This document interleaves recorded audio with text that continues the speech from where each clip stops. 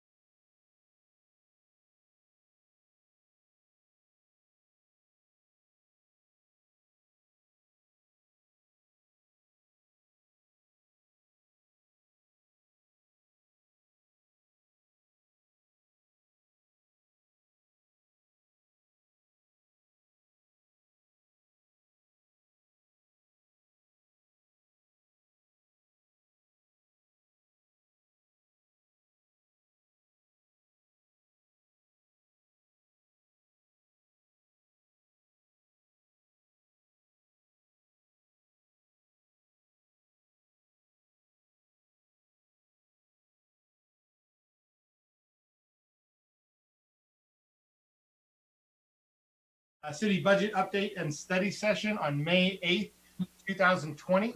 Appreciate everybody who is here.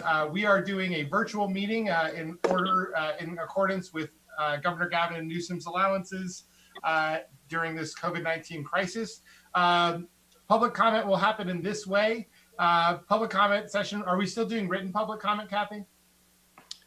No, at this point we are. So I'm looking, Rebecca. Yes, so public comment will happen either. This way. At the beginning of the meeting, we will accept any written public comment. Any written public comment that we receive will be read by our city clerk into the record. But we also have developed the capability to do verbal public comment. So we have a number of attendees that are here. When we open the public comment session, please raise your hand, not physically, but on the Zoom chat. You may also raise your hand if you're calling in by doing what, Rebecca? How do they raise their hand if they want to call? If they're on a phone, they do *9. Unless they're in the meeting, then on their smartphone, then they still have the possibility of raising their hand. Great. So do *9, or unless you're on a smartphone, and then you can raise the hand through the app. We've had a number of jurisdictions throughout the country that have gotten what we call Zoom bombed, and somebody's taken over the meeting and shared things that nobody wants to see. If that happens to us, we will shut down the meeting immediately. The meeting will be considered paused at the place where we shut it down. No further actions will be taken, and we will attempt to restart the meeting. If this is not possible, we will go ahead and end the meeting where it is and start at a different time. Public comment, the verbal public comment will work as the same way as if you were in the room, 3 minutes to talk. Please state your name and once acknowledged by the mayor, and you will be unmuted. Great. Other than that, do we want to do the pledge? We always do the pledge. So if we could bring up the old stars and stripes, and we can get our pledge on. You know what? Oh, there we are. There she is. I pledge allegiance to the flag of the United States of America and to the republic for which it stands, one nation, under God, indivisible, with liberty and justice for all. Wonderful. All right. Pledge is completed, and we'll go ahead and start this meeting. I'll turn it over to you, Kathy, our city manager. Okay, if we can get the flag down so I can put my presentation up. Good. Latanya, can you take the...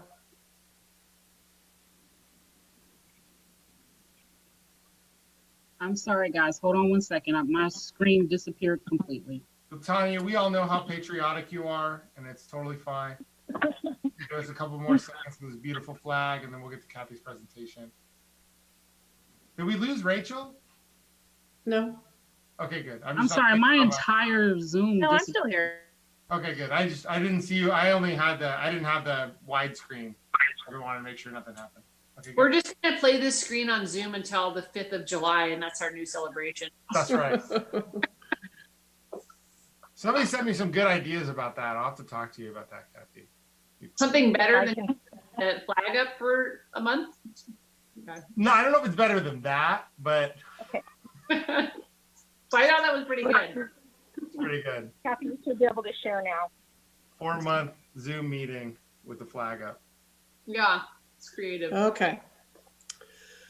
Very good. Here we go. Good afternoon, Mayor Harvey, members of the council, and the public. Thank you for taking this Friday afternoon so we can have a budget update and study session. This is the beginning of many conversations we're going to be having over the next basically 6-7 weeks on budget. So the items listed here are what we're going to be talking about. I'm going to do a high-level overview, assuming that the council has been able to review the packet.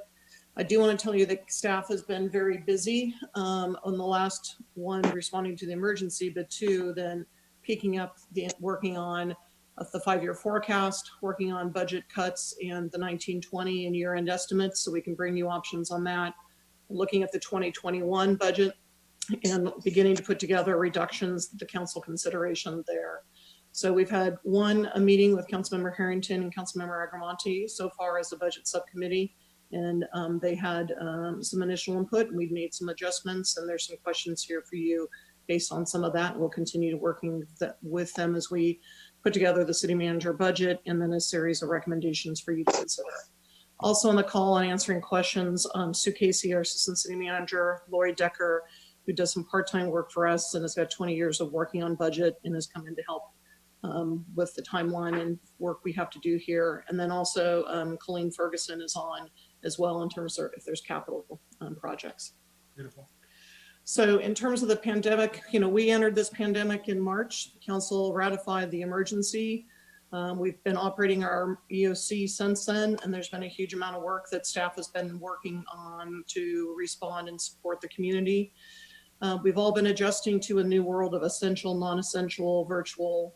We've shifted our operations. And really where we sit now is we are in this pandemic emergency and in continuing levels of uncertainty. So testing as tracing has started, but there still is a lot of unknown. Shelter in place, we're starting to begin to exit some, but as the chart here shows, there is, if we have a spike, we could go back in, and folks that are over 65 will probably remain in for a while. And the whole question about vaccines. So the pandemic is creating a huge, frankly, amount of uncertainty for not just us, but the world. In terms of that then translates to our economic emergency, we are now seeing depression level unemployment. We have a tourism-based economy that's heavily reliant on TOT and sales tax. And the pandemic has basically shut down non-essential travel. And there's great uncertainty about the depth and the duration of this recession. So there are many different forecasts and projections. We've been looking at different folks, but I think the bottom line is this is a new world. This is, as Madeline was saying, a historic moment we're all living through, and we don't know what it's going to look like, and no one does. So we're going to have to make our best assumptions and continue to adjust. Really, what we're going to be doing is we're going to be on a road through uncertainty.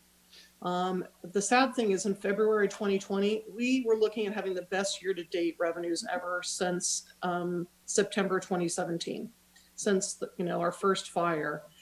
And then we had the pandemic. We've been throttling expenses, running the EOC. Our business community has been hugely impacted in workforces. In May and June, where we sit now, what we're working on is adjustments for the 1920 budget. We're looking at a 5-year forecast, developing a reduction plan, and potentially initiating reductions and developing the 2021 budget for council. July and August, what I see moving forward is whatever reductions are made, we will start to implement those reductions, adjusting operations, and be monitoring revenues and business activity, the Chamber and Visitors Bureau. September and October, I see a formal check-in that we're doing a review status. We're seeing what additional reductions or additional changes may be necessary. And again, the next quarter, looking at January 2021, review the status, make adjustments. So the road through uncertainty is going to take some tough decisions. It's going to take flexibility to adapt to a rapidly changing situation that we've all been living through, and readiness to act quickly when required. That being said, I am convinced of our ability to get through this road. But what it's going to take is some balancing of the city's budget. There really are 3 major buckets of policy choices for the council. There's reserves. We're going to talk about that. There's revenues. There's not a lot of places for additional revenue, but we can try to make sure that we have stability for our current revenue. And then we have expenditures. So these are the conversations we'll be talking through today.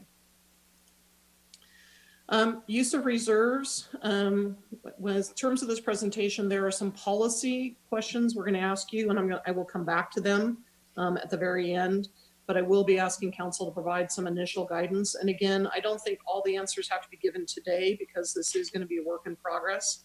But the bottom line of reserves is the use of reserves is a bit of a tightrope.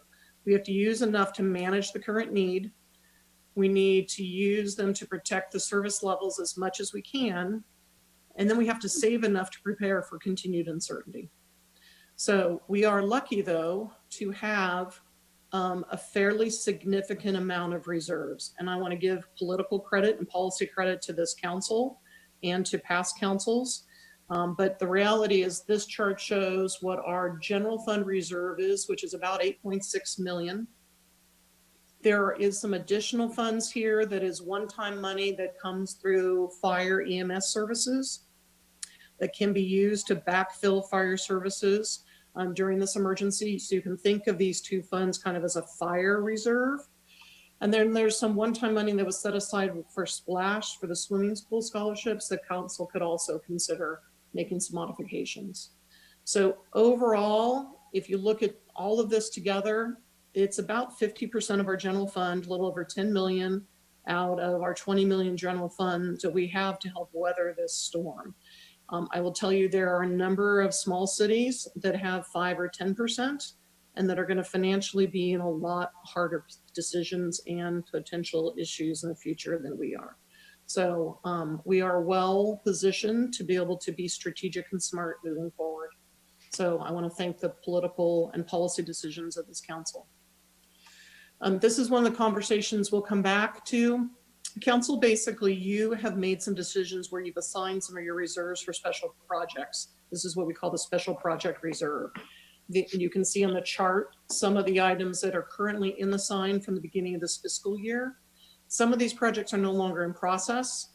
We would like to have a conversation with you about whether some of these should be taken off assigned and now put back in the unassigned bucket to be able to be used to help manage this loss of revenue.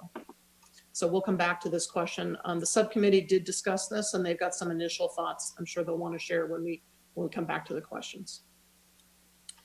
In terms of revenue, one of the major policy questions is, should we move forward with the sales tax measure to retain our half-cent sales tax on the November 2020 ballot? This is something we talked about a year ago with budget. This has been kind of the general plan to move this forward. If we're going to continue to do this, we would need to prepare a revenue measure for June for your consideration, so it can be submitted by the first week in August to county elections. The other revenue opportunity for us is cannabis tax. You had an initial conversation about cannabis tax, saying you wanted to do it and set some thresholds. So we will be coming back first meeting in June with some information on the cannabis tax for you to consider. And again, for that to be a tax measure that would come in November per your prior policy direction. In terms of revenue, the high points is 24% of our revenue is from transient occupancy tax, hotel tax, another 30% sales tax. So basically 54% is related to those two things, and that is a significant part of our tourism money. The half-cent sales tax I was talking about, here generates, again, this local measure U is 13%. It generates about 2.5 million for the city. This is staff's estimate of what the revenue loss due to the pandemic is for the current fiscal year 1920. The key assumption in this, looking at transient occupancy tax, is that we will not see our hotels open in this fiscal year. So we are assuming they stay closed through June. Now, if they open earlier, then this will get a little better. But again, when hotels do open, hotel revenue is based on 1, occupancy, how many rooms are filled, and 2, average daily rate. What are they charging for the rooms? And I think we can assume that 1, there will be lower use of rooms for a period of time and lower ADR. We are lucky the world of property tax has already kind of been assessed and collected, and there's a year lag. And then the sales tax, we've had a consultant that's provided us a recessionary assumption. But overall, it's a 2.7 million loss in revenue for 1920. Again, as cities, we have to balance our budget, so we need to use reserves and cuts in order to absorb that, and we'll talk you through that more later in. But the bottom line is this generates about a 13% loss in general fund revenue for the year. Or if you think about just the quarter, it's we've lost 53% of our revenue in one quarter. For one quarter in that quarter. So the TOT scenarios is probably a place that we're gonna want to come back and talk more about.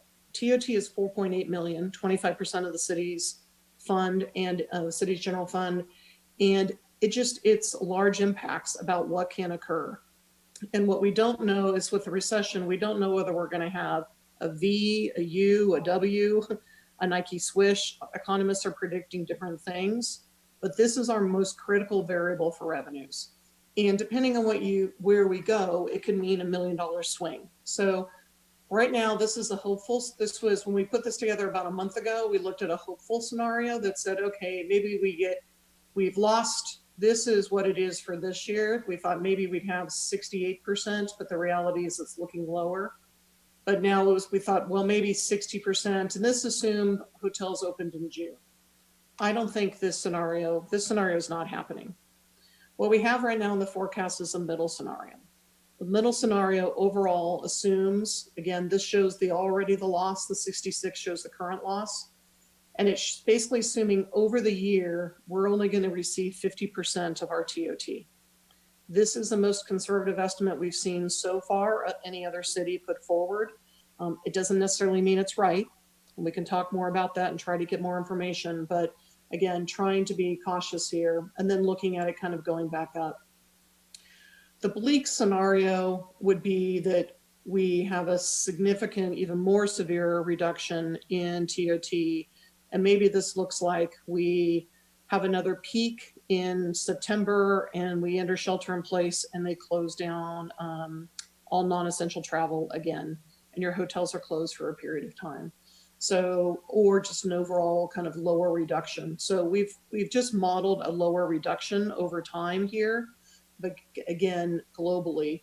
And we've mapped this, we have this by month, but then this really shows what could occur. And the bleak scenario says that hotels basically are not opening until September. So, and then they're kind of how the overall forecast goes. The difference between the bleak and the middle, the forecast right now, again, we have in this middle scenario, but if it actually becomes a bleaker scenario, we actually lose more TOT, then that's additional $1 million loss in general fund that we would want to plan for. So one option on this would be, and this is some of the strategy, is your forecast shows the middle, but maybe you have a next phase of cuts that if this is what occurs over the summer, then you're moving some of those forward. Again, those are conversations for us to have and us to have policy input from the council. Can I ask a question? Sure. Can you just, so for the middle scenario, hotels open when? Hotels open July, and they open with 20% of what they would have gotten in a typical July in terms of revenue. Okay, and then in the bleak scenario, they open in September at what? Right. And I think that's also, a 20% start in September. And then which person on staff selected those dates and those numbers? This was a team effort, but it was my final decision of kind of looking at it. But this was Sue and Lori and I put together kind of a variety of scenarios. Be happy to send. We can show you maybe a little later. We do have a graph that shows you by month. If I go through the presentation, we can pull that up. Maybe Lori can pull that up and we can show you that. Again, this is one of the key questions. And if we want to modify any of this, that's one of the things we can look at. Okay. Okay. In terms of sales tax projections, we have a consultant, HDL, and they are our sales tax consultant. They have put together a recessionary scenario. They will be doing another update in May. As you can see, this is what we received from the kind of regular sales tax, and this was the Measure U sales tax for 18-19. This is what happened in 19-20 in terms of a reduction, and then this is what they're assuming kind of going forward. It's all kind of a slow improvement with a recession. Again, they will be doing an update. Another piece here is restaurants are our #1 sales tax contributor. If restaurants do better, it could add another 150,000 or something per year. So it's definitely something that we will need to watch carefully. In terms of expenses, this is the next bucket in terms of how do you manage a city budget. The policy questions here is determining priorities and the level of reductions and cuts. For 2021, what we are going to be building is a budget reduction book. It will have a series of options for you and show what the impacts are. Not only if you make a cut in year one, every cut you make in year one, let's say you reduce 100,000 in 2021, and if that cut is continuing forward, it basically saves $400,000 over the term of the forecast. So there is a strategy to making harder cuts sooner because it helps in your overall management of the forecast. The other question is the phasing the reductions. How heavy do we go in July? Or do you set something up in 2 phases, do some in July and more in October? Again, we'll talk through some of these basic things, but 58% of our general fund is public safety, with 50% being police and fire contracts directly for direct people delivery. And then 20% of the general fund is general city services, planning, building, et cetera. In terms of operating budget, this shows, again, the fire contract, the 5.4. This is the direct contract with Sonoma Valley, with Valley of the Moon Fire Protection District, and then the police contract here with the sheriff. This is 1920, and then the city and other operating costs. In terms of the police contract, this contract for 2021, we have received their the budget increase. The budget for 2021. It is a $520,000 increase to the budget. It's 11%. Our typical police contract has been in the neighborhood of 2.5 to 3 per year, kind of 2.5 over time. So this, before the pandemic, this was going to be a difficult thing to absorb, 520 on top of the 4.6 million. But with the pandemic, we are going to have to look at reductions. And so we are currently looking at working with the council subcommittee, which is Councilmember Harrington and Councilmember Cook, to bring the contract forward, and then also with a series of reductions for council to consider. In terms of fire, the fire contract, if you remember, I want to say in January or so, council, you approved a SAFER grant. This was basically a federal grant that allowed us to add 3 firefighter and EMS paramedics. It basically, over 3 years, the city kind of pays 1/3 and 2/3 is paid by the federal government. So there is one-time money in some of the fire reserves that we could use to backfill and cover those costs. But that is a conversation we're going to want to have with Chief Aker and talk that through in the future as well. And again, in terms of city staff, we'll be having a separate closed session with council after this meeting. So this is just a list of some of the different types of reduction options that are available. And we are putting an overall list together and a budget workbook. And I'll be making recommendations to you as the city manager about what those budget reductions are. And we'll also be reviewing them with the subcommittee in terms of just if we put everything on the table and making sure it's clear in terms of options. So budget reduction guidelines, thinking through as we approach what we're going to have to do, it may be good for council to think, all right, what are some guiding principles that you want to keep in place?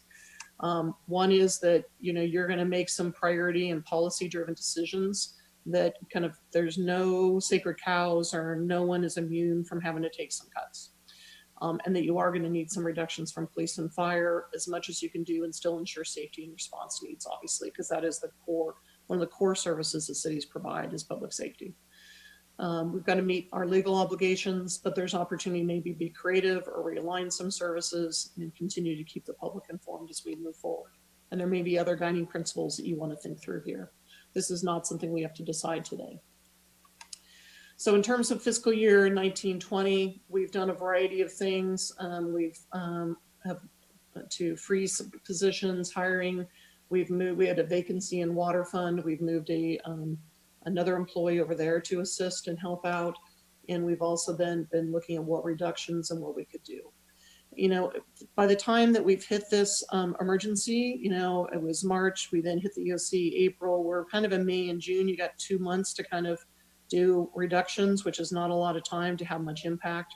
So in terms of what we've been working on, again, this is the $2.7 million reduction. It still is a work in progress. Our plan would be to finalize with the subcommittee and bring forward this at the May 18th meeting. We kind of need this set because the question is how much reserves are we using here?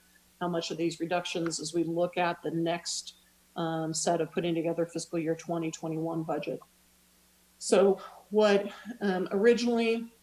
what we've done here is try really hard to do some hard first cuts in of things that within in-house, and then to try to protect what the reserves are.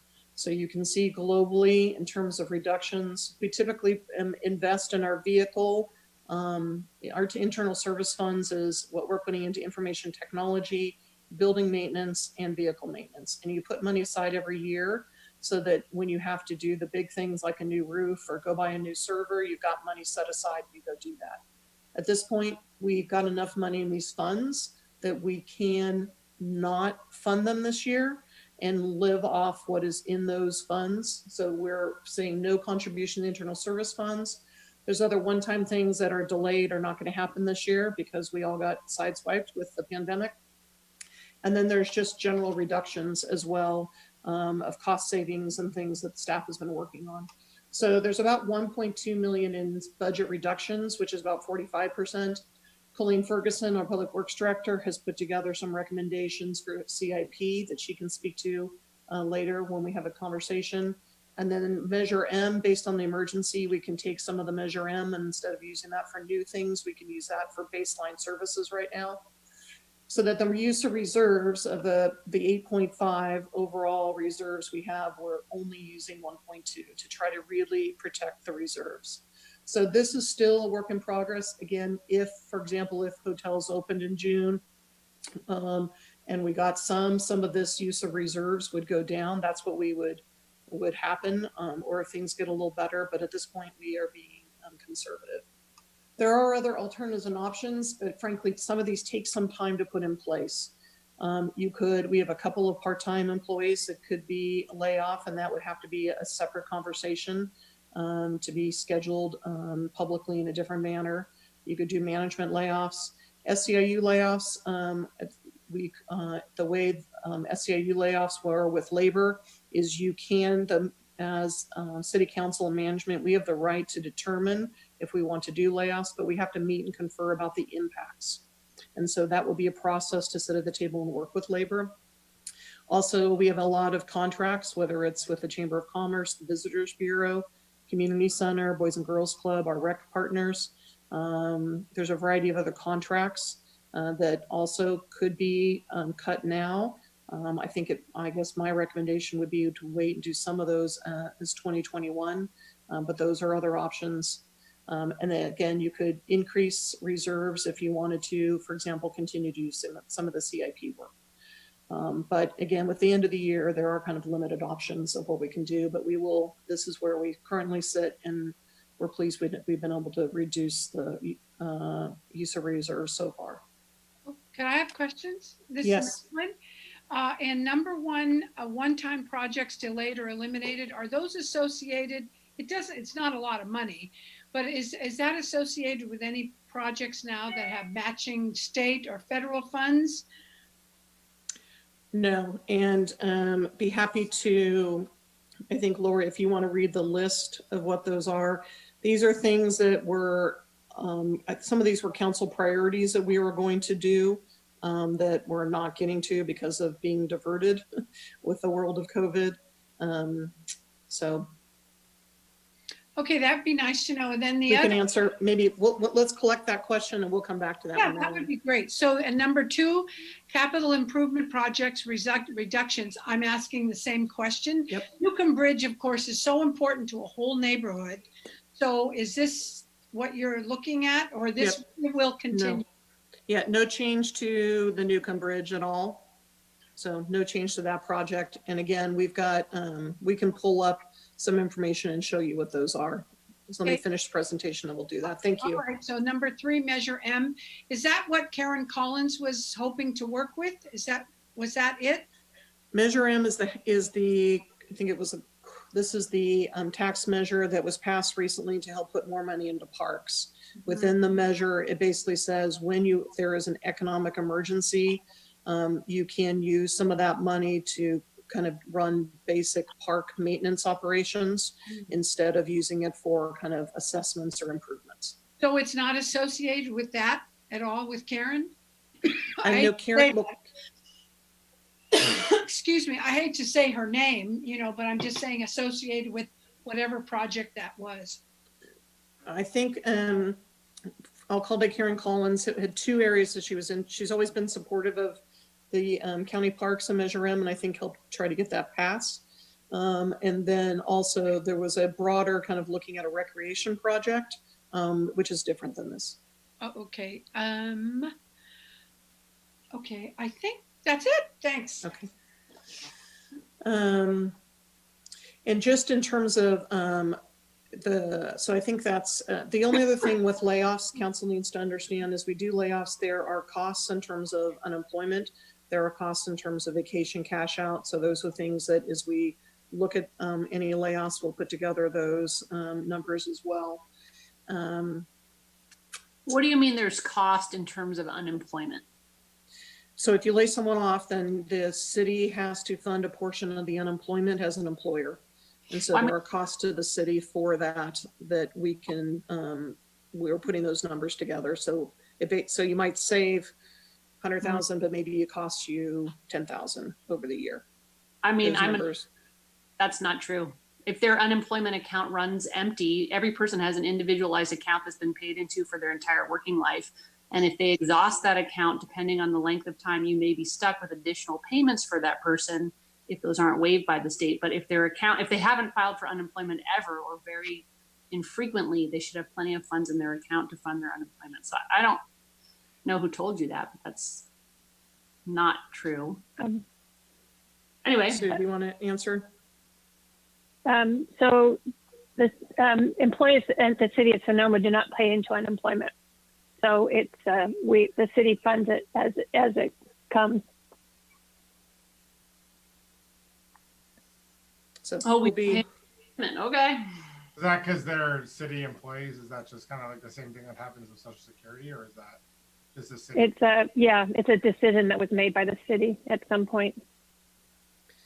You can pay over time, or you can. Sorry. Kathy, can I have access to, I don't see it in the budget packet that Amy and I have. I'm not sure. We are putting this together. We've not done this analysis. So this is a piece that, and we'll be happy to follow up, but our understanding so far is, again, we would have to self-fund this. And so there will be a cost. Okay. I just wanted to see if I could get a copy. Thank you. Are city employees entitled to unemployment? Yes. Yes, they're entitled to it. We're working on the calculation. So there's a formula that is used, but we'll get that to you. Okay. So let me shift to the general fund. In terms of the 5-year forecast, again, the purpose of this 5-year forecast is it is a planning tool. So it's not what will be, it's like what would happen if you don't do anything, which we would never do that. So we need to make decisions today that create this kind of long-term sustainability. So I'm not going to read all of these because Council, I know, saw the packet, but these are kind of the forecast assumptions that are in the forecast based on revenues.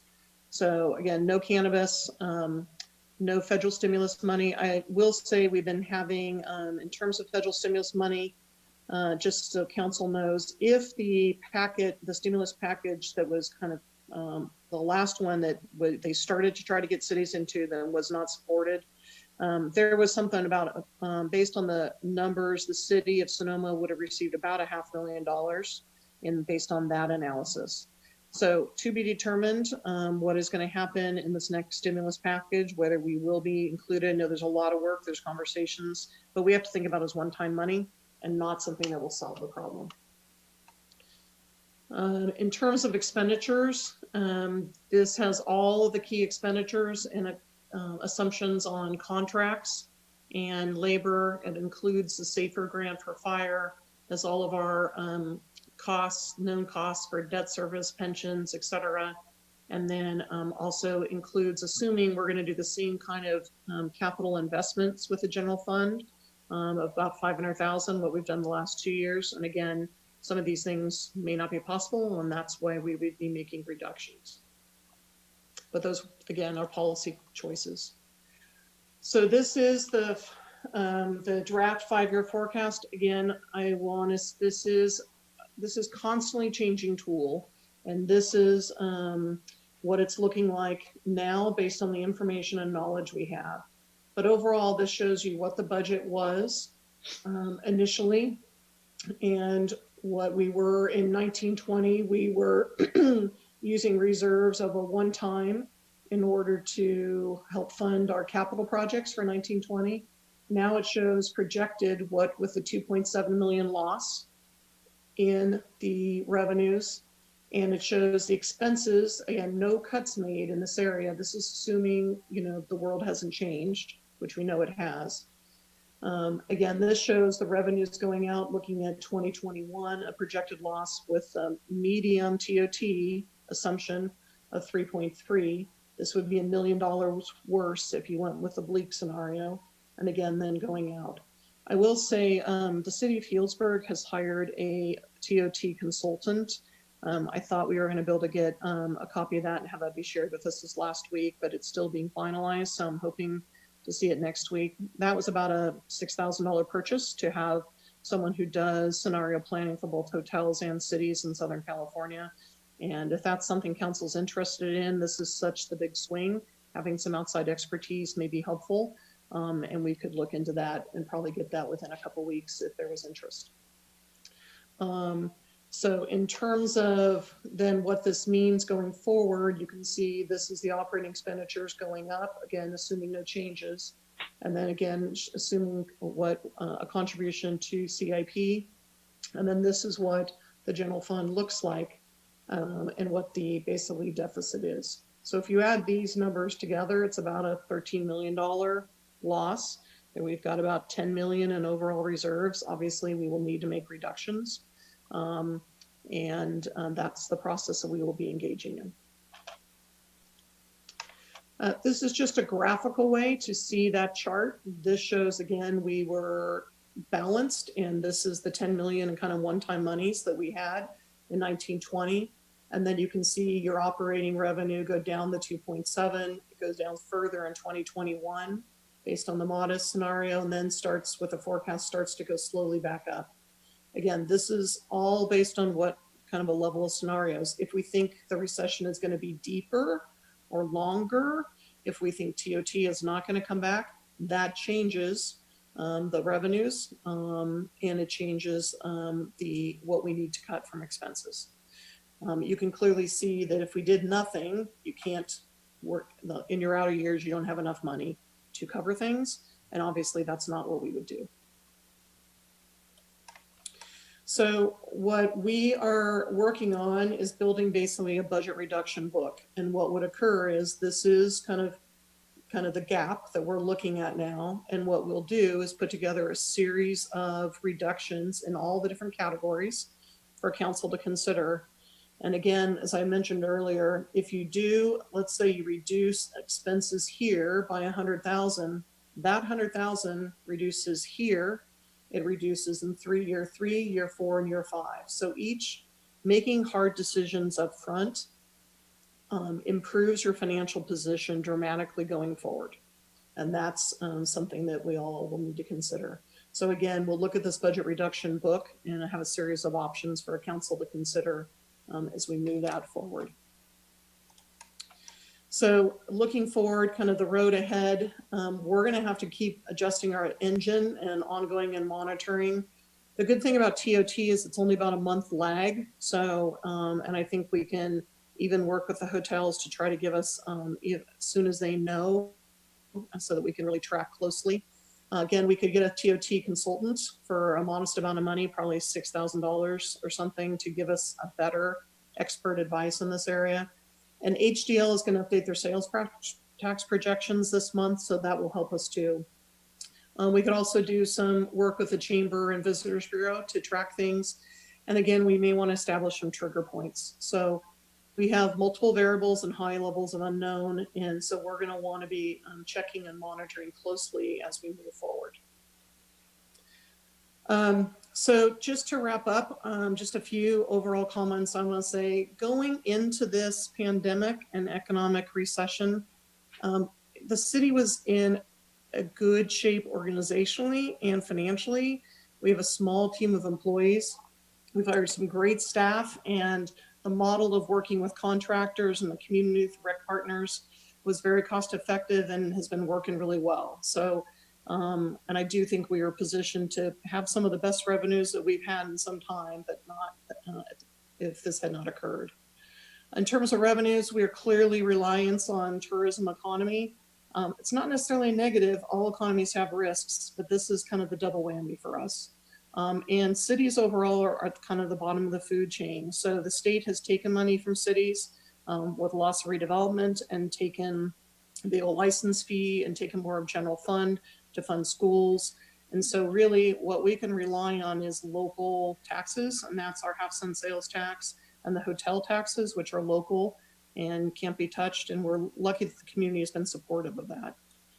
I'm very thankful that we have solid reserves to manage this strategically and compared to many cities who are going to be in worse problems. So I really want to applaud council's fiscal conservatism, because I think it puts us in a position to be able to make hard decisions, but still be financially sustainable. So this is, we are a lean operation. We're going to have tough decisions to make. And things are going to affect some of the community character and things that we all love about services and things that we've been able to do for this town. I think the other major impact is going to be, we've been able to use excess general fund to pay for street maintenance and park maintenance, and we're not going to have some of that. So we will be coming forward with a CIP budget. Again, there are other pieces of the CIP budget that are not funded by the general fund, but we'll be looking to try to, and we'll bring you choices on the CIP in terms of what the general fund investment is. So while this is definitely a road of uncertainty, I am confident in kind of our overall team and council and the community and to work through this, and that we will adjust and we will continue to be here to serve. And with that, I'm happy to answer any questions. Mayor Harvey. I have a question. Oh, sure, Right. good. We'll go ahead, Amy and then Madeline. Okay. Are there any reductions in the non-general fund revenues for the last quarter? Non-general fund revenues. In terms of like water rates or that type of thing? Yeah, so like clean power, for example, the revenue, even though it's residential and commercial, because of the decreased usage, is down. Do we have any, so we've looked at general fund revenues, but for non-general fund revenues, are there any decreases? Sue, do you want to answer that? We have looked at, like, there are some things, Amy, that like a general fund revenue in terms of like garbage franchise, we get some garbage franchise fees, and we've done some adjustments there. In terms of water, I know before we did the water deferral, we looked overall at where we are and felt like we could do that deferral for the water rates moving forward. I'm not sure I can answer you that detail right now, but you have to talk with the team and see if there's any other specifics. Sue, any other thoughts? We've looked at all the revenue. Yeah, I'm sorry, I wasn't ready for that question, or yeah, we'd have to look back, but I wasn't concentrating. It would only be, the big ones are the water reductions. Yeah, I can't think of any other, sorry. We'll look at that question, sorry. Don't we have like $18 million a year of revenue that's not categorized as general fund? 18 million? Don't we usually, what is the amount of revenue we generate that is not general fund? So there are funds that come in for the capital budget, and we've not looked at the capital budget funding. There will probably be reductions like gas tax. There will be less gas tax coming in this last year, which then goes to help fund road maintenance. So there definitely will be some of reductions in some of those types of revenues. But Maybe in terms, As a follow-up question, not just general fund revenues, but of all revenues, could you give us a report in the next week or so about where we are on the total, not just general fund? We will look at that information and provide that as soon as we can. Thanks. Ellen? Oh, thank you. Okay. This is just a quick question. I was reading in the paper today about SOS getting 60,000 from the county tourism. Kathy, would you remind me, did we drop out of that and we have our own tourism? Or we don't get Correct. that? Correct. I wanted to remind myself. Correct. We're not part of Sonoma County Tourism. Okay. All right. Thank you. And then later, Mr. Mayor, if I might, if there are times for comments, I'd like to do that. But thank you. Sure, we'll absolutely have times for comments. Councilmember Henley, or Vice Mayor Henley, I apologize. You're good? Okay. Great. We will go ahead and bring this out for public comment. So if you've got, we see one person has got it already. Fred has figured out how to raise his hand. So again, make sure that you raise your hand digitally. It's a *9 if you're on the phone. If not, just pop it up there, and you'll be allowed to make a comment. So let's go ahead with Fred Almbach. Thank you, Logan. It's a very impressive presentation. It struck me when I was looking at this and looking at some of the numbers that possibly the 250,000 from the splash money could be set aside to an ongoing rental assistance program that would go to Fish along with the Housing Trust Fund. In good times, Sonoma's economy ran with the labor of people who made minimum wage, who worked in the restaurant industry and the hotel industry and in cleaning people's houses and gardening. And I think that it would be a really good move for the city to set aside that 250,000 splash money and then dole that out or meet that out in $50,000 increments like you were doing the rest, so the city will stand in solidarity with the people who are with the city in good times. And I think it would be a good humanitarian and political move to stay standing with those folks with contributions to Fish in the future. It seems like that with a solid footing that the city is on, that 250 grand could go for that, and that would go a long way for the city's good reputation. Thanks very much. Thank you, Fred. Anyone else from the public wishing to make a comment? Did we receive any written comments? We don't have any written comments, Mayor. Okay, let's wait a bit on that. Or I guess if we do receive any written comments throughout the meeting, just let me know and we'll pop it back up. We're not receiving comments through the chat on Zoom. Just you can email us at publiccomment@sonomacity.org. And so if you email us with a comment in the next 5 or 10 minutes, then we'll go ahead and read that out. And I'm going to go ahead and close public comment and bring it back to the council. You said sorry, Mayor Harvey, may yeah. I go back? Madeline had questions. Sorry if this is a little dizzy. I think, Madeline, your questions were on this here, correct, in terms of what was included. So One-time projects? Yeah. So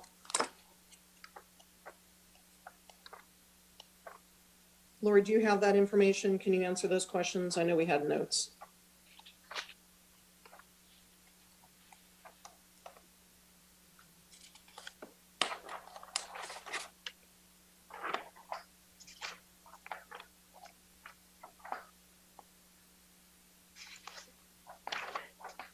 Yes, as far as the one-time projects that were on that list, they include the cemetery analysis, the citywide fee study, EV charging station upgrade, the downtown parking study, and the historic railroad district plan.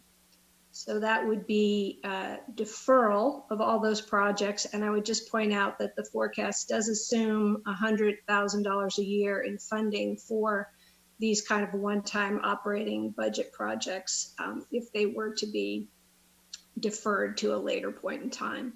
Okay, I'm sorry, go ahead. I apologize. Oh, no, I was just going to mention, and then Fergie's available to talk about the capital projects. Okay, so could I just repeat? It's cemetery, city, something. Citywide fee study. Okay, and the EV charging, downtown, is that a, Parking study. okay, and historic district plan. Okay. thank you. Railroad district plan. Yeah. Oh, Yeah, and just to be on those items, Councilmember Agramonte, rest of council. So these are items that what we're saying is because of where at this point, we will not have the ability to complete those projects this year. So the money won't be spent this year. It doesn't mean that we're saying that they're not a priority. I think one of the questions for council is on those projects. Which of those projects do you want to continue and have budgeted for the coming year, et cetera. And again, as Lori said, there's about 100 grand in the forecast for those types of things. So that will be one of the policy questions that we'll be putting in the budget book for you to consider. And then Colleen Ferguson, Public Works Director on the CIP. Do you want to speak to those reductions? I'm promoting her to panelist right now, so it'll be just a moment. she's promoted. I have two questions if I could ask them. No, actually one. Go ahead, Go Amy. ahead while we're waiting for Colleen. Mm-hmm. So, are there people like developers that owe us fees? And if so, how much outstanding, how much is the value of the outstanding fees that are owed, and what is the plan to collect those fees? So I don't think I've got that on my fingertips, but we have looked at that as well. And so be happy to send an update to council on that. And we have sent bills and invoices. And so Do you have a happy to range? provide that information. What's that? Do you have a range? Is it like 10,000 or like 100,000?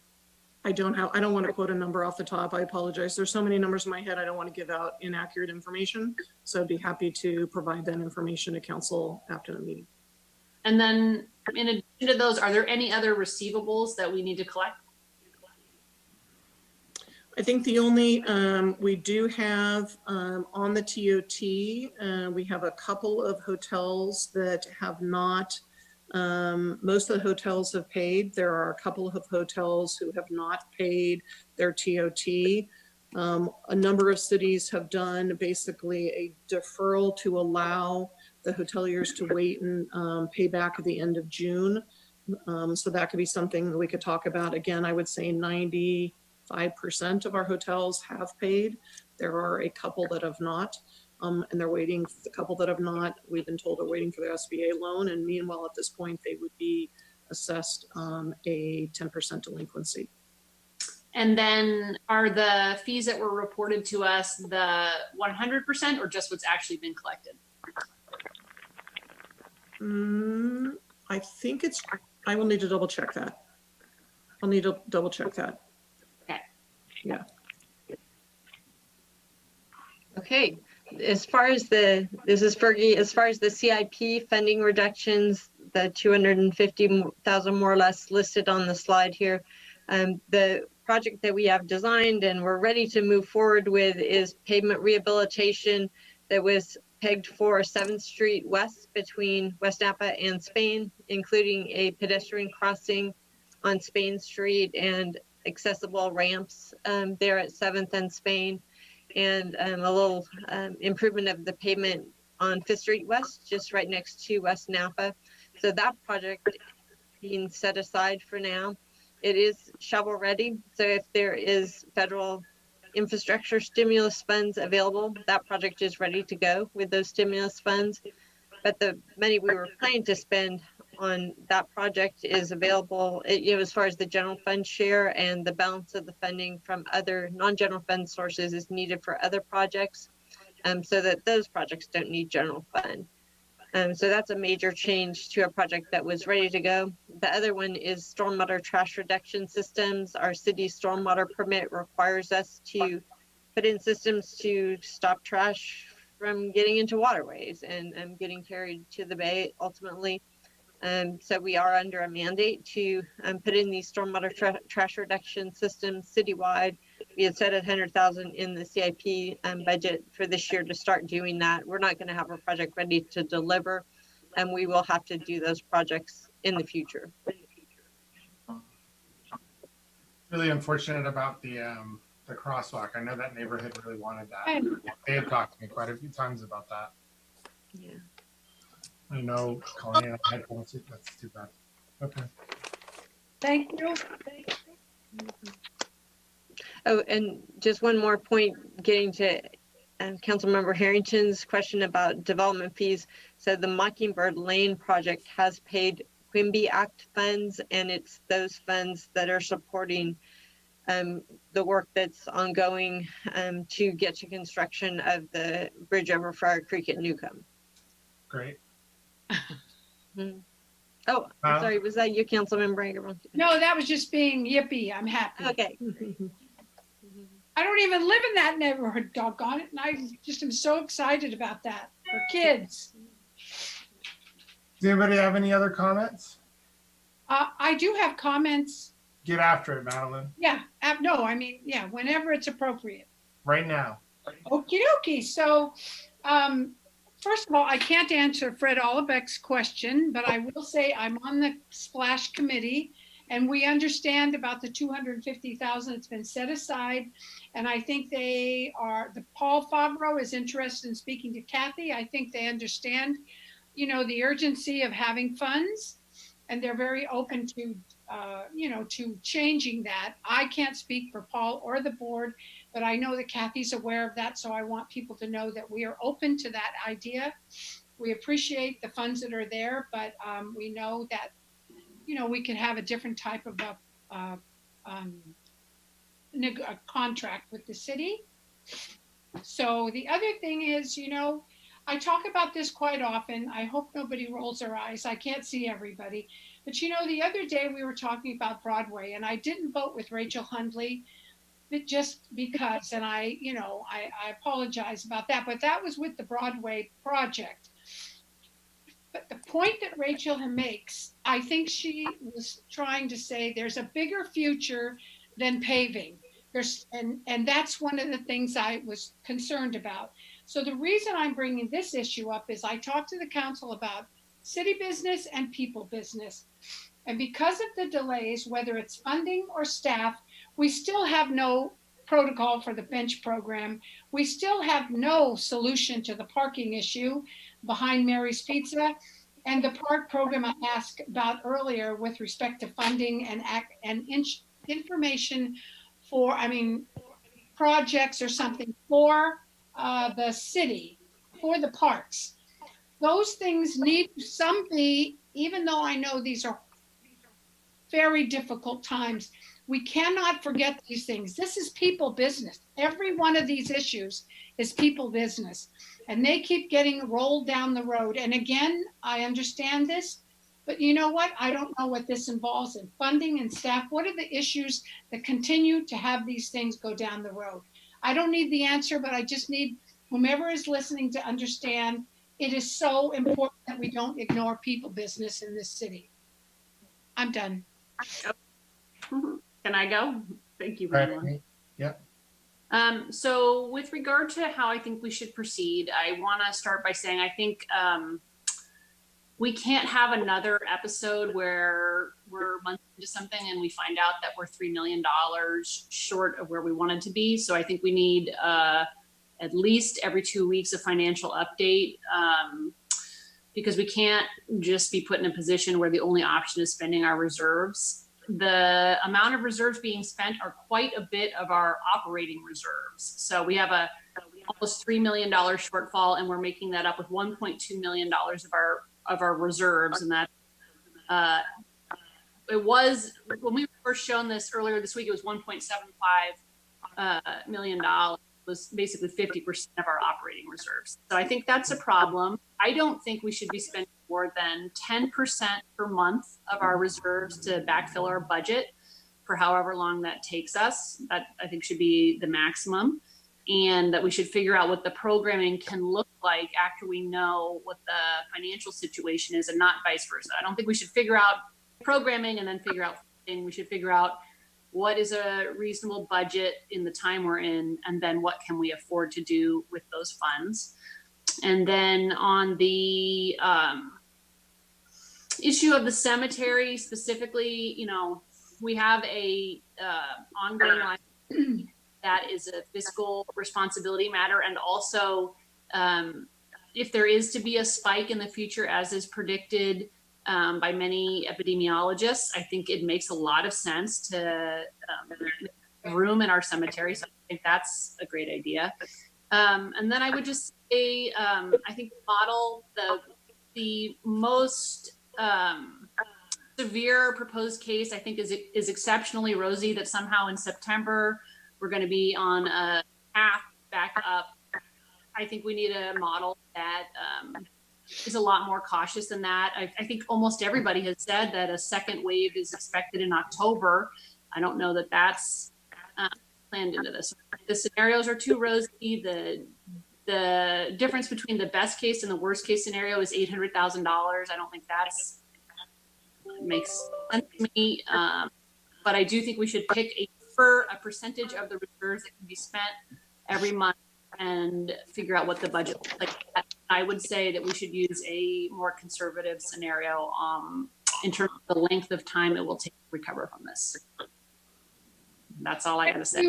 Thank you for mentioning the cemeteries. I was afraid to say it, but thank you so much. What is the current monthly percentage of the reserves that we're spending? Well, right now the proposal is to spend like close to 50% of the operating reserve. That's the proposal. Over the course of how many months? Well, I think Right now. the other, sorry, I guess the other way to look at this is, you know, I'm sorry, there's two ways to look at this. What we're talking right now is 1.2 use of reserves. If we go back up to the reserve sheet, sorry if this makes you all busy. You got 1.2 million. You currently have, you can either just, our thought is that we're trying at this point, keep these reserves. And what you'd be doing is basically pulling the 1.2 from your unassigned reserves. And maybe there are some assigned reserves that you could decide you don't need anymore and they come up and use here. Your other option is you're pulling from, you could take the 1.2, you could pull it from your operating reserve. So it's all the same bucket of money. But I think, you know, there are a series of reductions that we can look at. They will be significant to this council and community to ensure that we can preserve some of these reserves and going forward. I just want to say the issue isn't preserving the reserves for perpetuity. The issue is that if this economic downturn, whatever words you want to use, persists for 2 or 3 years, we want to be at the end, not on zero. And so we can't spend all the gas in the first month. And so $1.2 million divided by 8 million, that's if we took all of our reserves and threw out all of our reserve policies, didn't just spend the operating reserves. If we did that, we would be spending 15% of our operating reserves in the first quarter. Right. I hear that. Our burn rate's going to be a lot higher in the first few months than it will be in the later months, right? So it's going to make sense that it's going to be a little higher now and taper down over time, because even if we start to talk layoffs, there's 3 months of basically severance pay that we pay there. So we'd be paying it full tilt for that long. There's the unemployment piece that Sue talked about. So our burn rate is higher in the front end, it gets lower on the back end. And I agree with you that I think we are looking at this a little bit too rosy. I don't think that July is likely for hotel openings. September maybe, but at very low capacity. So the one thing I will, again, just using what we've had here though in terms of revenue is kind of, we fell off a cliff, right? This was not foreseen. We fell off a cliff. We've lost this quarter. That is what unforeseen emergencies, that's really, what you wanted, what the reserves are there for. And now what we need to do is basically look, I agree with you, Councilmember Harrington. The question is, how much do we want to have at the end of the 5 years? And that becomes a trigger. And if you want to try to, you know, in terms of getting through this, and then that then sets how much, what is the level of cuts you have to make. So you have to put a pin somewhere. You have to put a pin and say, all right, this is the max of reserves we're going to put in. And therefore, then you have to look at reductions to do that backfill. But there's going to be very modest revenue opportunities. It's over what period of time is a relevant question. So I was proposing then 10% of the budget be funded by the reserves forward going. If we spend at the current rate 15% per quarter, then in a year we would have 0 reserves. And so, you know, maybe that's the plan, is to have nothing in a year. But I'm seeing that this is an situation where we require supplementation from the reserves for probably 3 years. And so if you take 3 years and divide it by the amount of reserves, then, you know, you could figure out what percentage of your budget could be backfilled by the reserves. I'm suggesting that we not have more than 10% of our budget forward going after figuring out what cuts are going to be made, be supplemented by the reserves. I mean, also there's a question about should every single reserve go into operations? I don't know that that's appropriate, but okay, let's say we used all of them, $8 million. Then we should figure out what percent of our budget do we want to supplement with the reserves each month, I think. Yeah, so Councilmember Harrington, and this is, you know, there's work in progress that on the 2021 budget that will be happy, you know, that as we work through, you'll be able to see. But part of what we've been working on in some of the different scenarios is looking at how do you make a series of cuts, you know, number of hard cuts this for 2021 that then basically allow you to, the goal is to, at a minimum, at the end of this, have a chunk of your reserves left because you don't know, we don't know if we're gonna have another fire, right? We don't know, so we cannot use, and I want to be clear, it was not staff's intention to basically use all our reserves to protect things in the first year or two. That's not what we're thinking. We're putting together a variety of cuts, some painful cuts, and we'll be sharing that with the committee. And the goal is to make sure that we do have reserves at the end of the 5-year window and enough reserves that we've got flexibility. Now, if you go with a bleaker scenario, it will become tougher to, you know, there will be potentially need for more reserves and more cuts. I will tell you again, the devil's in the details as you start to look at the cuts. But that's the process that we're going to go through. It's kind of a, you know, it's a 3D puzzle. Here's the cuts and here's the reserves, and you keep tweaking, and then it comes to a point that you start to feel comfortable. But that will be the process that we'll be looking at, and it will, you know, it is going to require significant changes in staffing and in service levels. Well, I guess the question is about this meeting. Is the purpose to report to us that we must spend this money and make these cuts, or is the purpose to say we are working on things and this is an interim update? You know, that's the question. So I'm offering a policy direction of what percent of reserve should be used, but it sounds like you want to address those issues at the time of the budget. What is the specific direction you want, or are you just reporting? Yeah. No, I think let me go to what we were looking at. I think part of it is, Councilmember Harrington, is kind of general use of reserves. So these questions, I'm not sure that setting a target right now, you know, without kind of some of the a little more detail. I think one thing would be important for us. One thing I think we could set up a model that we could say, okay, here is a trigger where now if there's a 10%, or your other option, you could do an amount per, but the reality is you've got some years you're going to need less, some years you may need more. But the goal is at the end to still retain, or to set a threshold, you don't want your reserves to go below X. Yeah. So there's different ways to set the scenario of what we want to do it. I mean, the general sense, and I think our thought was to bring back and work with the committee of look at some options. And there may be different ways we can create triggers or targets. And without kind of looking at the details of some of the reductions, I'm just worried that part of this is a little bit flying blind. And that if you say, I want to do 10%, and then maybe for 2021, you really need to use, 13% because you want to wait, and some of the reductions you want to wait, maybe you don't want to do till January. Again, and maybe you don't, but it is a 3D puzzle of seeing kind of what the cuts are too. And so the general use of reserves, what I'm hearing so far from council members, again, I'm not hearing, I still need to hear from, I think, Rachel and Logan as well. But there is the balance act of wanting to preserve and protect. And that was a theme I was trying to communicate, that is staff's perspective as well. So that we're not burning through this at a rate that we can't sustain. We've got to have reserves because the level of uncertainty is high. So I think we are in philosophical agreement. I think there's some devil in details we got to work through. Just to be clear, I actually think we should use the operating reserves first, and that's the purpose of those reserves. And so I support the operating reserves. Okay. I want to give Vice Mayor Hunley a chance to jump in. All right. I will start with reserves. Am I unmuted? Yes. So my thought is that after 2 years, if we are in a position where we still need to supplement our budget with reserves, then we haven't made enough cuts.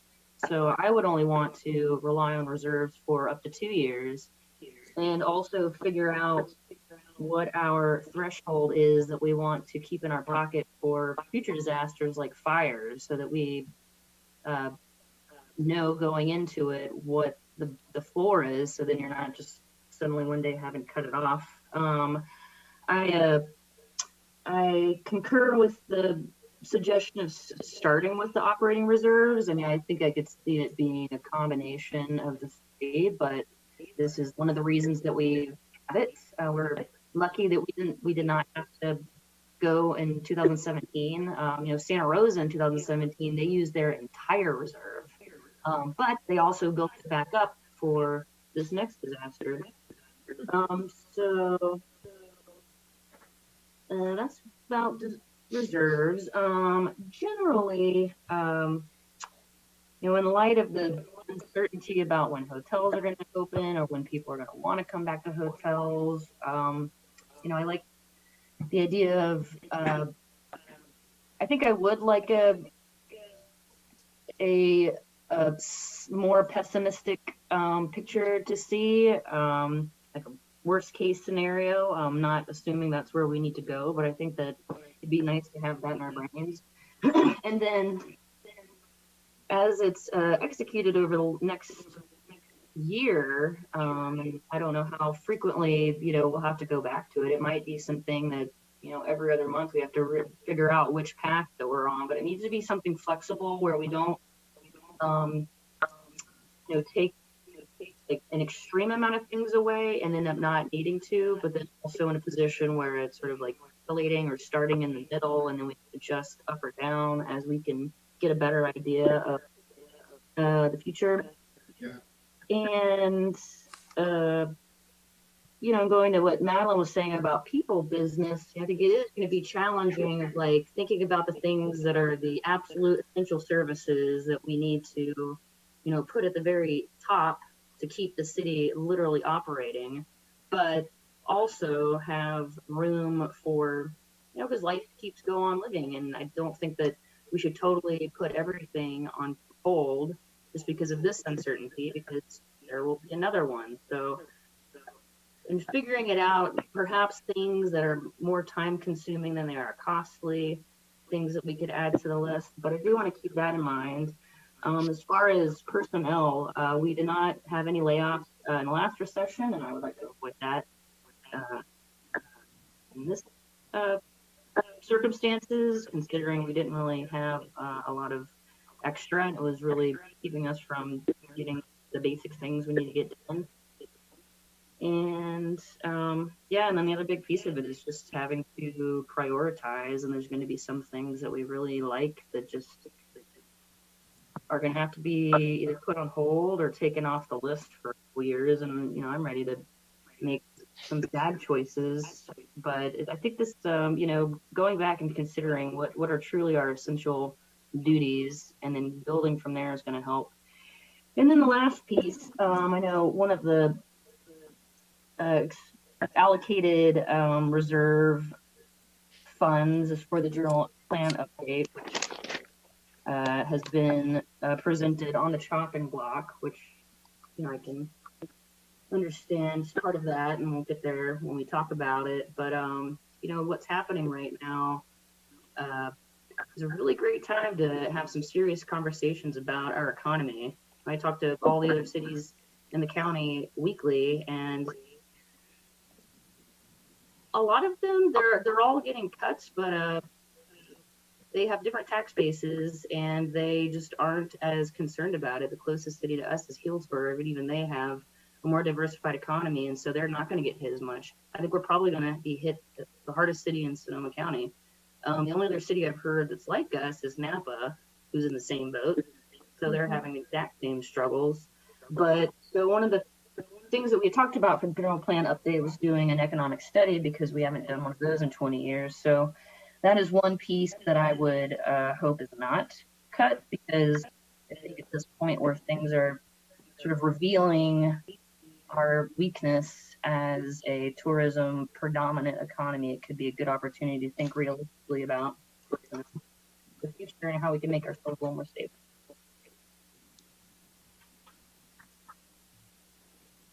Okay. Thank you. That's interesting. So for me, I mean, I think I'm pretty pessimistic in terms of what the next year, 2 years, 3 years is going to look like. I think there's real damage that we aren't seeing that's being done to middle-class families and to especially people who are working in the service sector. I think there's going to be a long road to recovery. And it seems to me that the state and local governments are taking, and you know, appropriately so, a conservative view with coronavirus as far as public safety is concerned and keeping things closed. And I think that there's going to be large reactions to any sort of spike. And I think we should be assuming that that's going to happen.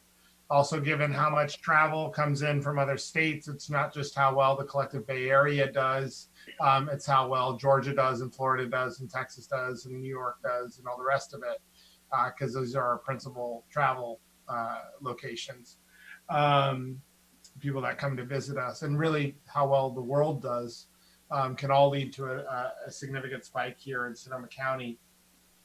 I don't think we're going to see hotels open in July. I'd be very, very surprised by that. I think we can take that off the table right now. I think September may be possible. As far as a question, policy question, number 5, I'm supportive of being heavier earlier. My view is I'd rather adjust expectations to a more rosy scenario than adjust them to a more bleak. I think that protects us long term, and I think it keeps us, you know, it's easier to adjust in that direction than the other. I think we need to talk about the Casa Ignacio property match. I think that money needs to maybe be freed up. I agree on trying to diversify the economy so that we're better protected from these situations. I'm not quite sure how that works, but interested in the process and not quite sure how expensive it is. I mean, since I've been here growing up and everything else, it's pretty much always been a tourist-based economy. I mean, we had the Sonoma Cheese Factory, which was a bit of production for a while, but that's since left. It's agricultural tourism is pretty much what we've been doing for quite some time, since the rock quarry stopped being a thing. So especially within city limits. So yeah, those would be my comments. I'd like to be conservative with reserve spending as much as possible. I think our burn rate's going to be, as I mentioned, our burn rate's going to be a lot higher in the front end, and then it's going to kind of decrease over time. I do think we're going to see federal money come our way. I do believe that, but I understand the unwillingness to put that in there as a likelihood, just given what we've heard out of the Senate. I just think we're going to hear a lot of cities throughout the nation in Republican and Democrat controlled states in similar fiscal situations as us. So yeah, I think this is a long-term wave that we're on, and I think we're going to have to make some pretty painful cuts.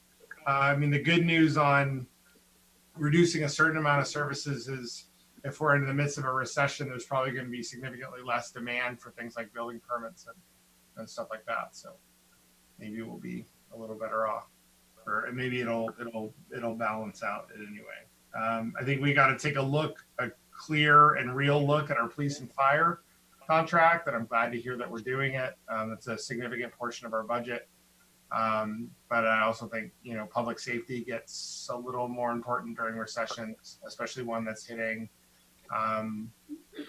it's going to force people out of their homes, and people are going to be feeling a lot of individual financial pressure. So I think public safety becomes important in those situations too. Yeah, I mean, those are my basic comments as far as this goes. I think we gotta look more pessimistically. I think we gotta cut early. And I think we gotta try to be ready to ride this out for a long period of time. Can I add a few more? I didn't get everything on that list. What's that?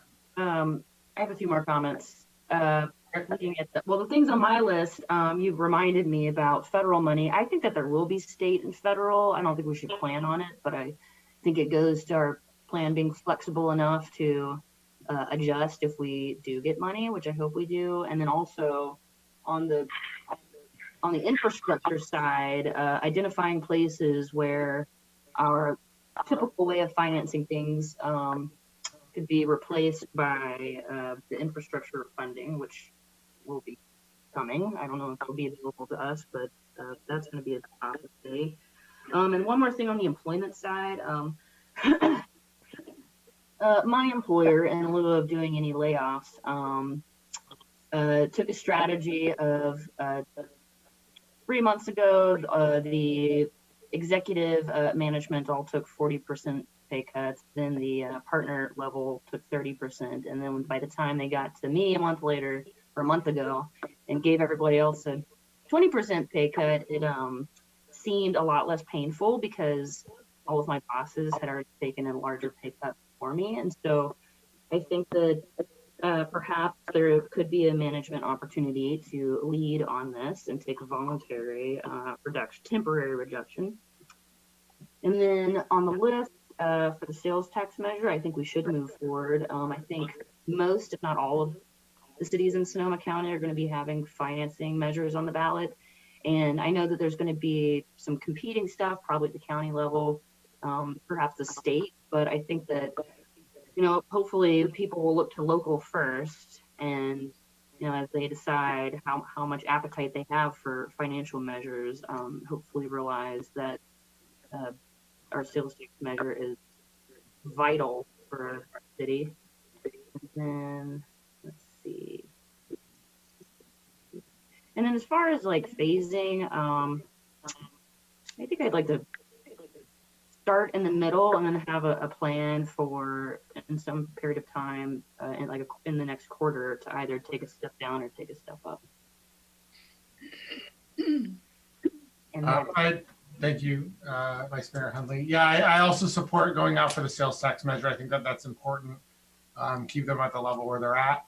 And I encourage as much money to be spent as possible on once hotels are allowed to open, on encouraging visitors from the Bay Area to come. I think there is some optimism there that we are close to the Bay Area, where a lot of tech companies have not had to make layoffs, and those people are flush with cash and looking for places to go. So I think that there may be some benefit that can happen there, but it's fine, Lauren, just go.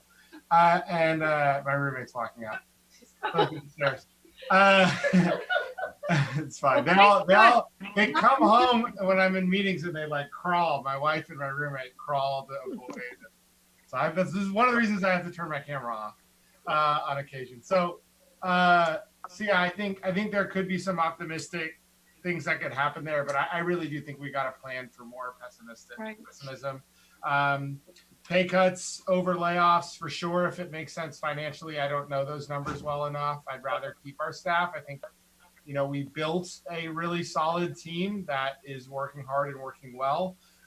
But if it's necessary, I mean, we've got to protect the city as a number one entity. But if we can do pay cuts over layoffs, I would also support that to try to keep as many people on as possible. And it would be better too to pay people to be working at the city rather than paying them for 3 months to not be producing for us. So in a number of ways, it's better. Yeah, I think that sales tax is crucial. We've just got to make sure we can, and I think we have a good argument to make. I think we do a lot, and I think we've got good reasons that people should support it. But you know, and I'm sorry, Mr. Mayor, I think you're absolutely right. And the comments that I've heard are heartwarming. You know, I really think so. What we need to do is leave something for the future. We need to know that there's something in the future for all of us.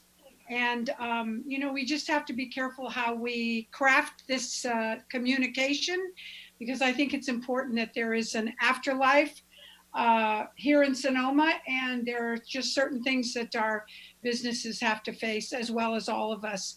So I just want to make sure that we keep that eye on the prize, 2022, 23, something like that, and we don't lose sight, because we're in this horrible position right now.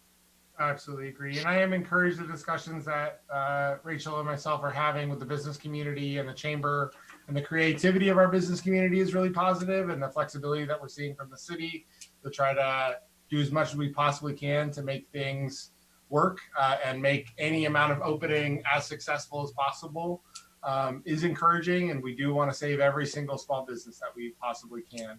That's one of the big things I'm afraid of in this, is that we lose our small guys and we keep all the big fish. And I'd rather not see that happen in Sonoma, and I think we can work to prevent that. But yeah, we got to keep pressure at the federal level to try to get federal stimulus money. I do think it's going to happen. I really hope that it will happen. But that's crucial.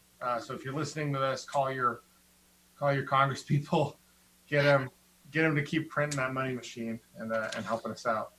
Yeah, and Mayor Harvey, just so that council's aware of this, the 6 cities in Sonoma County have joined to hire a federal lobbyist to help advance our communication there. It's been very helpful in terms of information. And the total cost for that for us is about $4,500 for 8 months. So it's a very minor amount of money to have a direct link to a lobbyist who, this is the same lobbyist that's going to work in Harvey Santa Rosa. So they're sending information to us directly about a whole variety of things and advocating on our behalf. And we'll be working on another letter to collectively be sent from the mayors of the Sonoma cities back to the legislature as well. So that's a piece of progress. Mayor Harvey, I would like to, can we go to, I did not hear from Councilmember Agramonte or Councilmember Harrington about the sales tax measure. So could I hear maybe a response from them on that? Because Madeline's got her mic off, so let's start with Madeline and then we'll jump to Amy. Sure. I mean, I think that we should move forward on it. I'm not afraid of it. I think people know that what they're supporting really is valid, and I'm okay. Councilmember Harrington. I mean, it sounds like the majority wants to do it. I don't have a problem with putting it on the ballot. In general, I'm opposed to sales tax. It's a regressive flat tax that penalizes poor people the most. And it's paid 70% by the people who live here. And now that tourism is down, it's going to be the percentage of people that pay it that are local are even higher. So I fundamentally, on a policy level, don't agree with funding the government based on flat taxes. So I'm happy for you to put it on the ballot if there's a majority for that. But I think, but anyway, I don't object to it being put before the voters. All right. Okay. And then I do want to go back up to the reserve, the assigned reserve. I'm wondering if on this chart here with council, if there are some items here that you are comfortable taking off assigned and putting in unassigned. And so I don't know. I know that Amy and Madeline talked about this a little bit. There are some pieces that this, for example, this Broadway affordable housing, this is not going to be needed. This was the original 100,000 construction loan for Broadway. They only used 75. 75, right? Yeah. So the Castañaso property, they don't need it anymore. So I don't even know, we could reassign that. I don't think it's necessary. Yeah. Because that deal fell through. But I also think that I hope the direction was that we're going to use our operating reserves first. So I actually know I heard that. I think it's helpful if there are things on this list that are really no longer committed council commitments, because really what this list is at the beginning of budget last year, these were things that you wanted to commit funding to. If the projects no longer exist, we should take them off. It should go in unassigned.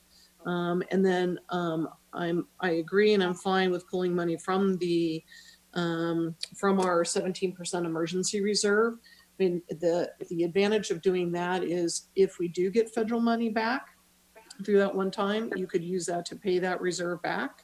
I mean, that's kind of a very clean way, or at least partially pay it back potentially. So this question, this project I think is no longer, so this 500,000 could potentially go back to unassigned. Council needs to have a policy conversation about the general plan reserve.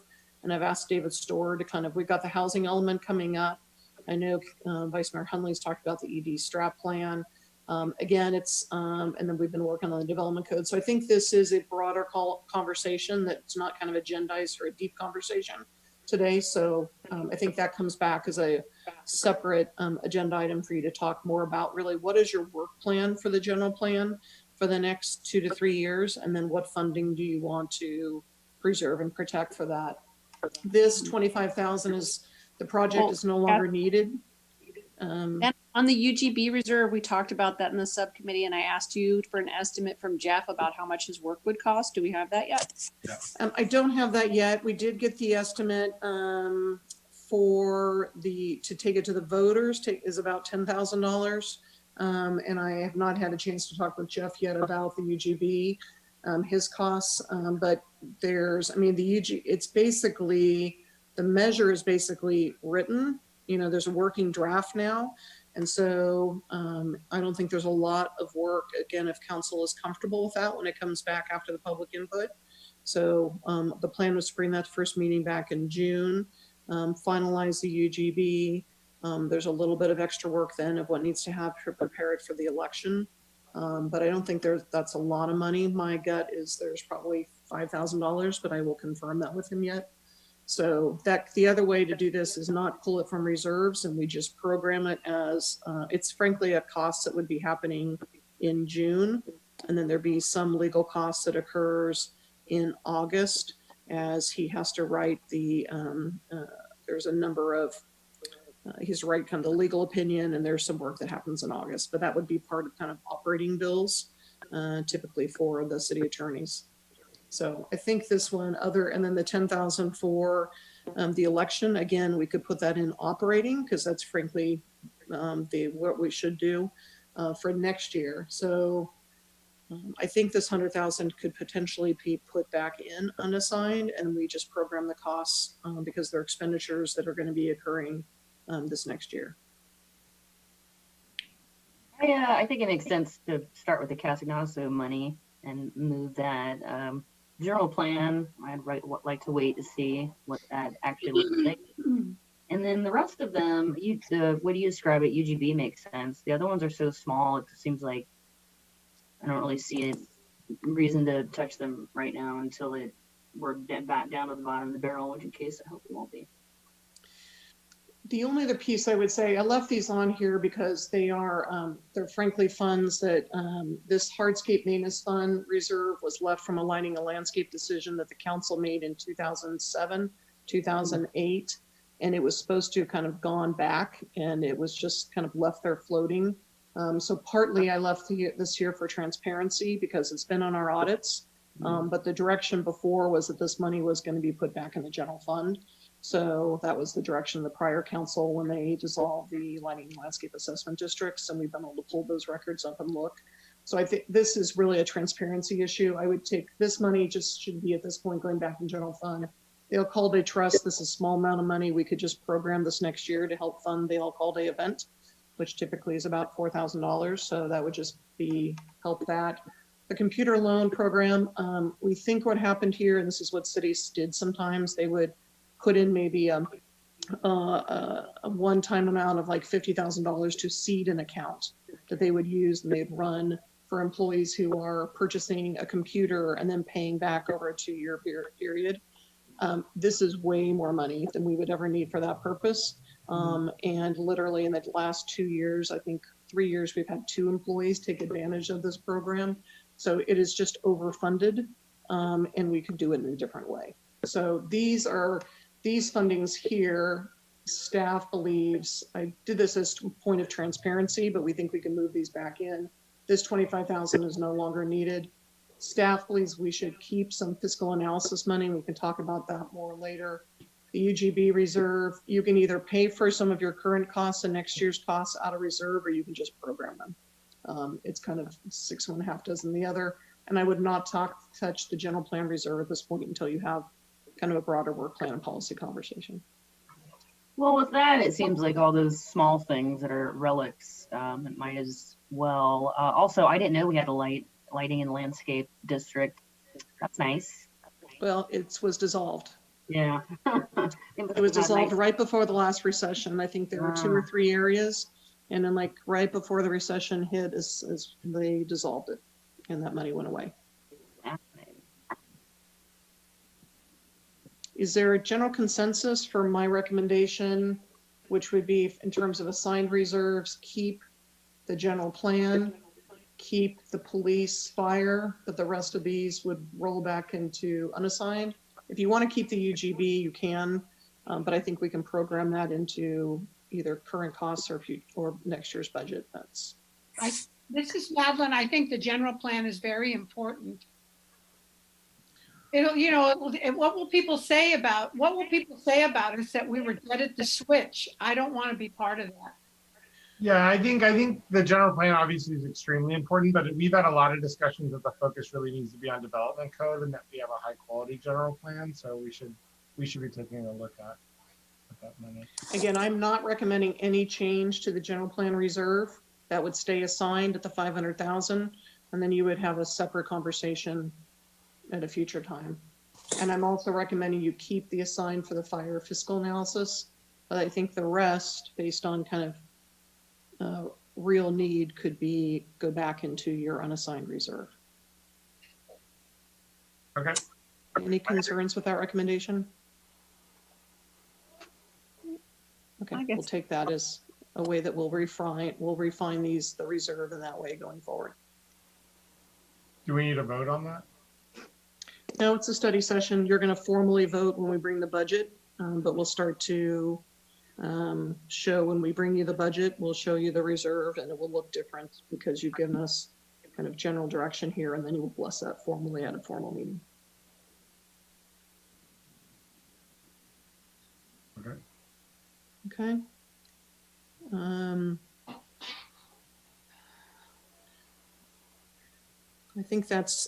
I think I've got the direction that I was looking for in terms of the questions, the high level. There will be a lot of work to do, has been a lot of work occurring, and there'll be more work to bring this forward. Again, what we're probably looking for at May meeting, I'd like to bring the 1920 reduction package so we can kind of get that set, because then that really helps. We have to start taking this jigsaw puzzle and start putting some things down and gluing them down. And then that creates some assumptions as we're moving forward on other pieces of the 3D puzzle. Just to recap kind of what I heard and just to see if you've got congruence with that, I think there's kind of a general feeling that operating reserve should be kept first. There's the kind of removing of some of that money that costs me also and the assigned money back in and reprogramming. support for moving forward with the sales tax measure. I think there's a general feeling that we need to be a little more pessimistic as far as cuts go, and as far as the general forecasting goes, is a feeling that this is going to go on for a longer time, and we need to cut. I'm not sure what I heard on number 5, whether we need to do heavy in July. I was supportive of heavy in July. It sounded like Rachel was supportive of kind of a more medium strategy now that we can adjust over time. So I'm not sure. It sounded like Amy was a little more pessimistic. I don't know where Madeline landed on that. I think we should do the cuts up front. So Amy's more supportive of a heavier in July upfront cuts. Do Rachel and Madeline want to weigh in just so we have clarity there? As I said, I wanted to start off somewhere, in the middle, maybe a pessimistic middle, and then have a plan for a subsequent step where we either proceed to go down and make more cuts, or we're pleasantly surprised and we can reverse course or stay the same. So this is Madeline. I think more so in the beginning, because then we can always put the money back where it was. If it was more positive midway, and maybe even the third phase. So I would say I'd go up front. So general support for upfront, it seems like in July, and then guidance and council wants to provide for this budget reduction effort. I think we've kind of, as a general, that for all this. Mr. Mayor, could I ask, could somebody remind me of the money for Castañazo? I'm sorry. $500,000. Okay, thank you. And that the idea is to reprogram it unassigned. Thank you very much. Of course. Great. Is that Thank you, kind of what you Council. heard? Kathy? No, I appreciate this is very helpful, and I appreciate the feedback. It gives us a policy direction to continue to bring and work on the budget, and we'll be doing a lot more work on this collectively. So could Kathy, do Amy and I have to meet later? No, that's done. No, I think we still, we're going to want to meet again on the budget reduction package. I think the 1920, what we'll do is we'll be taking, No, I mean, right now, no. We're still doing it closer. No, we have a brief closed session after this, but what we'll be doing for May 18th, we'll continue to kind of refine, but again, we will be bringing on May 18th council meeting a resolution for the budget reduction package for this current fiscal year. Okay. And then we will be working on the budget reduction kind of workbook. Then we'll work with council member Agramonte and Harrington, kind of preview kind of how that looks, make sure it's clear, make sure that we've got kind of enough options and tiering for council to consider. And then we will be looking at the actual scenarios in a more pessimistic scenario for TOT. So and overall, I think length of term. Mr. Mayor, do we stay on now because there's something at 2:57, or what do we do? Yes, so if I could. Sorry. It's all right, Councilmember Agramonte. So what we need to do here is on open session while we're here, open the closed session, take public comment. We will then close this Zoom meeting, and we will go into a separate Zoom meeting for the labor closed session. And then do we have to open this meeting up again to do it publicly, to close them? No, it's the next item on the agenda. You can just move to, is there next item on the agenda is we'll be going to closed session for labor negotiations, and is there any? But when we come out of closed session. He's asking about the report out. Yeah. No, there will be no report out. So we just stay on?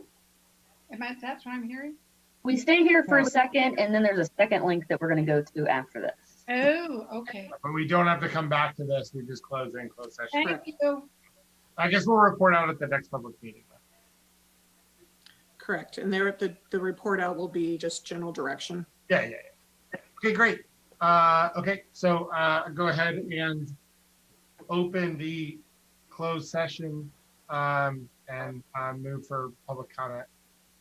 Do we describe it? No? Rebecca, this is a labor negotiation with our organized labor